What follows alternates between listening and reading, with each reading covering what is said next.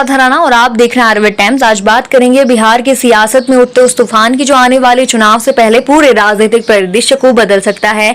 बात हो रही है राष्ट्रीय जनता दल यानी आरजेडी की, जहां अब संगठन चुनाव अपने अंतिम चरण में पहुंच रहा है और सबकी नजरें टिकी हैं एक ही सवाल पर, क्या लालू प्रसाद यादव अब अपनी गद्दी अपने उत्तराधिकारी तेजस्वी यादव को सौंपने जा रहे हैं? क्या बिहार चुनाव 2025 से पहले आरजेडी का चेहरा पूरी तरह से बदल जाएगा और क्या तेजस्वी की ताजपोशी के साथ आरजेडी एक नई रणनीति और ऊर्जा के साथ चुनाव मैदान में उतरेगी?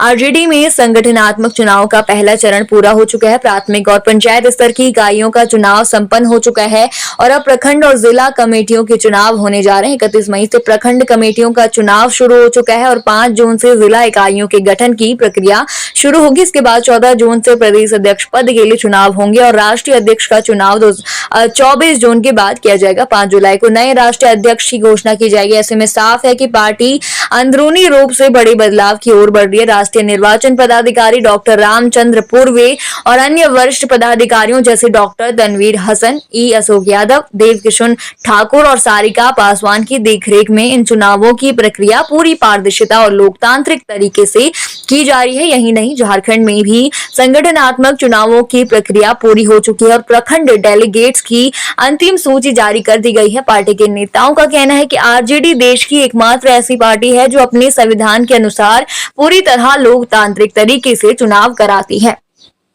अब बड़ा सवाल यह है कि क्या आरजेडी की कमान अब तेजस्वी यादव को दी जाएगी? क्या अब लालू यादव अपने राजनीतिक वारिस को औपचारिक रूप से पार्टी की जिम्मेदारी सौंपने जा रहे हैं?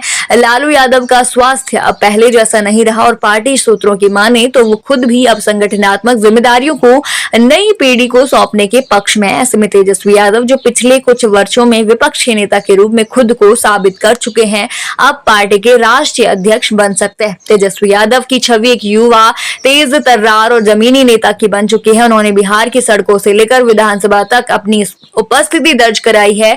हाल के विधानसभा चुनाव में भले ही आरजेडी सत्ता से दूर रह गई हो, लेकिन तेजस्वी ने अपनी रणनीति और मुद्दों के जरिए एक बड़ा वोट बेस खड़ा किया। बेरोजगारी, शिक्षा और महंगाई जैसे मुद्दों को उन्होंने जिस तरह उठाया वह युवाओं को काफी हद तक प्रभावित कर पाया।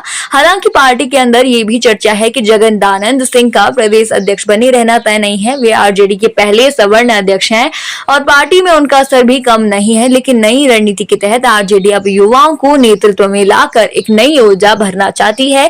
यही कारण है कि तेजस्वी को शीर्ष पद देने की संभावनाएं तेजी से बढ़ रही हैं। अगर ऐसा होता है तो यह आरजेडी के लिए सिर्फ एक चेहरा बदलने की प्रक्रिया नहीं होगी, बल्कि यह एक पूरी पीढ़ी के बदलाव की शुरुआत होगी।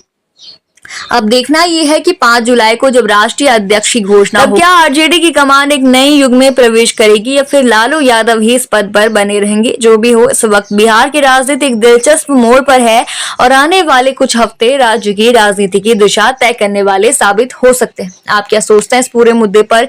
हमें कॉमेंट सेक्शन में जरूर बताइए और बने रहिए आरवे टाइम्स के साथ ही चैनल को सब्सक्राइब करना न भूलें और हमारे फेसबुक और वेबसाइट के साथ भी जरूर जुड़ें।